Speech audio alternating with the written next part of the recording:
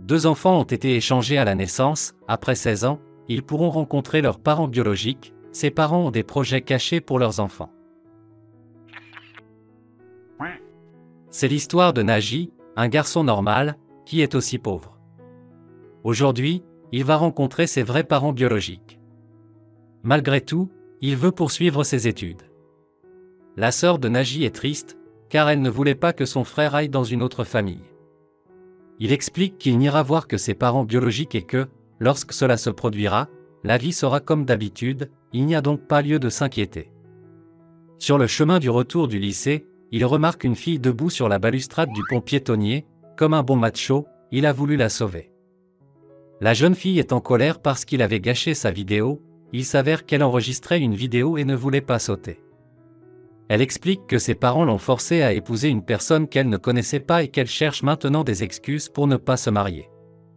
Erika demande comment elle s'appelle. Naji lui dit son nom et qu'elle étudie aussi dans une école très prestigieuse, appelée Megurogawa. Elle est excitée d'entendre ça, parce que seules les personnes super intelligentes vont là-bas, alors elle a une idée. Elle ne veut pas se marier, alors Naji devra se faire passer pour son petit ami. Comme il est un étudiant prestigieux, les parents briseront leur mariage arrangé. C'était la stratégie d'Erika, mais Naji dit qu'il ne veut pas faire partie de cette tromperie et part. Elle lui montre la vidéo qu'elle avait enregistrée. Il s'avère que lorsque Naji l'a sauvé, il a touché ses seins. Elle le menace de diffuser les images sur les médias sociaux s'il ne l'aide pas. Naji n'a d'autre choix que de coopérer. Ils prennent des photos pour faire croire qu'ils sont un couple et les envoient comme preuve en espérant que le mariage sera annulé. Le père d'Erika avait vu la photo, le père d'Erika ne les croyait pas. Pendant qu'il était tranquille, certains garçons étaient très en colère contre Naji. Il s'est avéré qu'Erika était populaire sur les médias sociaux. Ces garçons étaient des fans et ils ne supportaient pas qu'Erika soit avec un garçon. Naji n'était pas un lâche et a fini par les affronter. Ses parents lui avaient appris à se défendre. Alors Naji a battu ces garçons à plate couture. Après avoir regardé le combat, Erika a compris une chose, il lui suffisait de frapper son fiancé pour qu'il renonce au mariage. Ils ont dit au revoir parce qu'il avait des choses importantes à faire. Plus tard, Naji a rencontré ses parents biologiques. La conversation a été assez agréable. Les parents ne voulaient pas perdre la communication et, pour être proches de leurs enfants biologiques, ils étaient arrivés à la conclusion que leurs enfants devaient se marier. La fille qu'ils devaient épouser n'était autre qu'Erika. Le pire, c'est qu'Erika avait envoyé des photos à son père disant que Naji était son petit ami, de sorte qu'il ne pouvait pas refuser le mariage. Le lendemain, lors d'un petit déjeuner tranquille, Naji a eu le courage de dire à ses parents qu'il ne voulait pas se marier. Les parents ont menacé de le battre s'il n'était pas d'accord, alors il s'est tu. Les parents sont allés travailler. Avant de partir, ils lui ont dit que sa fiancée venait lui rendre visite. Il était inquiet et a commencé à nettoyer la maison.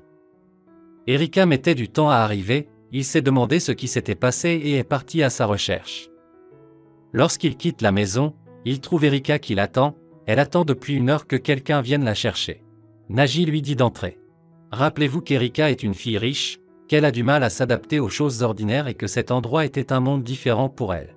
Elle demande qu'on lui montre la maison, mais Naji lui dit qu'ils sont à l'intérieur. Elle pensait que cet endroit était l'entrepôt, alors Naji lui montre où il vit. L'endroit où il vivait était étroit et petit.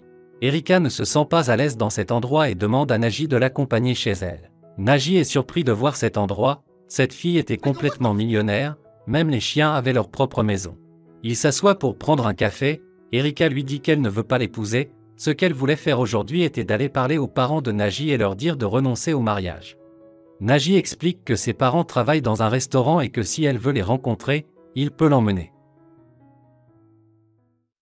En arrivant au restaurant, Erika est très peu expressive. Soudain, elle explose et commence à mettre le bazar dans le restaurant, mais ce n'était que l'imagination de Naji, rien de tel ne s'était produit. Les parents de Naji sont heureux qu'il ait pu venir leur rendre visite, et ils prennent bien soin d'eux. Elle était la fiancée de leur fils et aussi sa fille biologique. Ils la traitent comme si elle était leur fille pour la vie. Erika n'a pas pu tolérer la façon dont il lui parlait et a quitté le restaurant en courant. Il s'inquiète pour elle et finit par la suivre. Il lui demande pourquoi elle n'a pas parlé de rompre les fiançailles. Elle dit qu'elle ne pouvait pas, parce que ses parents biologiques étaient si gentils avec elle, elle avait peur que ses parents biologiques la détestent pour avoir refusé le mariage. Naji lui dit que ses parents sont des gens compréhensifs et qu'elle ne doit pas avoir peur, et il lui demande de retourner au restaurant.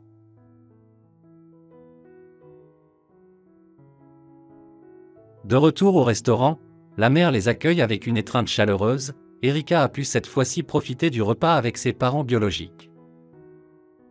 La nuit tombait et Erika devait rentrer chez elle. Les parents ont demandé à Naji de la ramener chez elle car la nuit tombait. La sœur de Naji avait entendu tout cela, mais elle ne savait pas quoi faire. Pendant la promenade, Erika dit qu'elle n'a pas pu dire à ses parents biologiques d'annuler le mariage arrangé. Le père d'Erika arrive et remercie Naji d'avoir illuminé la journée de sa fille. Il est très heureux que sa fille ait une bonne relation avec Naji, alors il a une surprise pour eux. Ils sont arrivés à une maison, le père explique qu'à partir de maintenant ils vont vivre dans cet endroit, ce ne sera que pour 2 semaines. Surprendre les garçons. Le père les avait laissés dans cette maison, Erika reste dans cet endroit sans rien objecter, elle dit que son père arrive toujours à ses fins, elle reste juste ici pour dormir.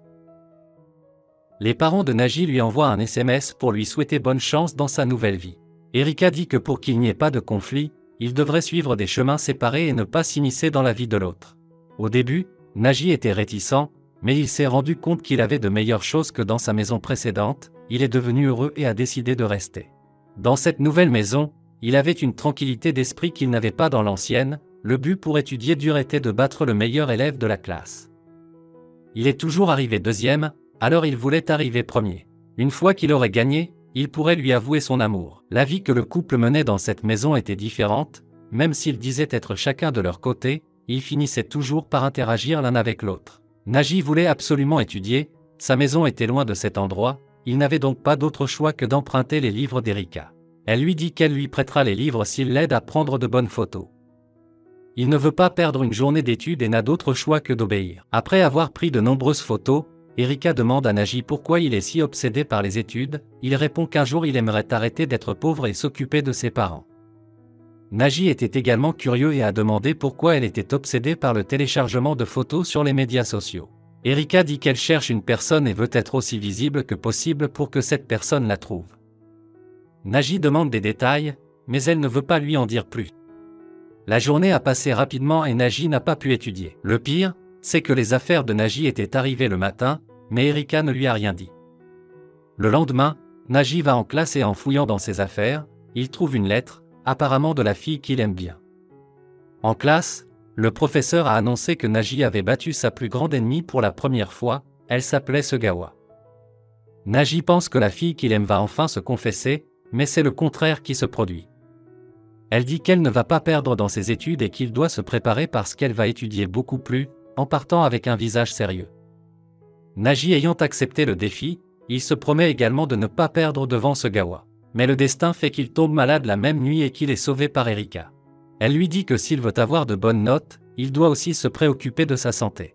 La semaine suivante, Naji a gagné à nouveau et a donc été invité à rencontrer Sugawa. Plus tard, ils se rencontrent, la raison de cette nouvelle rencontre étant que Sugawa voulait connaître la vérité sur les raisons pour lesquelles il s'efforce d'obtenir de bonnes notes, pourquoi il voulait être le premier. Naji ne veut pas rater cette occasion, alors il lui dit la vérité. Le jour de leur rencontre, Sugawa avait dit qu'elle ne sortirait qu'avec quelqu'un de plus intelligent qu'elle. Maintenant que Naji a rempli son objectif d'être le premier, il lui avoue son amour et espère qu'elle sortira avec lui. Elle lui dit de ne pas se faire d'illusions, c'est sa deuxième victoire parmi tant d'autres et pour qu'il soit considéré comme meilleur qu'elle, il devra gagner plus de fois.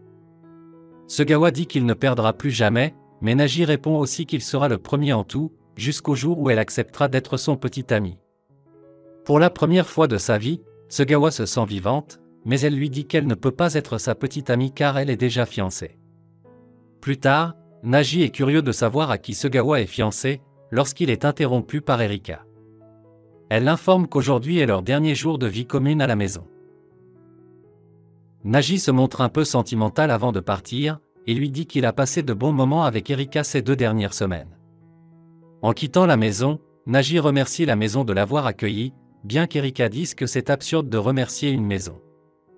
Il est arrivé chez lui, mais ses parents n'étaient pas là. Il appelle ses parents pour savoir pourquoi il n'y avait personne à la maison. Il l'informe que la plomberie de la maison était mauvaise et qu'ils ont dû déménager. Ils ont loué une pièce à l'extérieur. Il n'y avait pas de place pour plus de personnes. Alors il dit à son fils de passer et il raccroche le téléphone portable. Naji n'a d'autre choix que de retourner dans la maison qu'il vient de quitter. Il retrouve Erika, qu'il croyait repartie dans son manoir. Elle dit qu'elle ne pouvait pas y retourner parce qu'elle voulait faire l'expérience d'une vie indépendante par elle-même. Naji veut lui donner quelques conseils pour qu'elle apprenne un peu, mais il se rend compte qu'elle était inutile dans ces cas-là. Le lendemain, la sœur de Naji lui rend visite. Elle dit à Erika de se préparer, car aujourd'hui elle va rencontrer sa sœur de sang. Peu après, la sœur arrive, elle s'appelle Sachi. Les deux filles ne se saluent pas, elles sont super nerveuses et ne disent rien.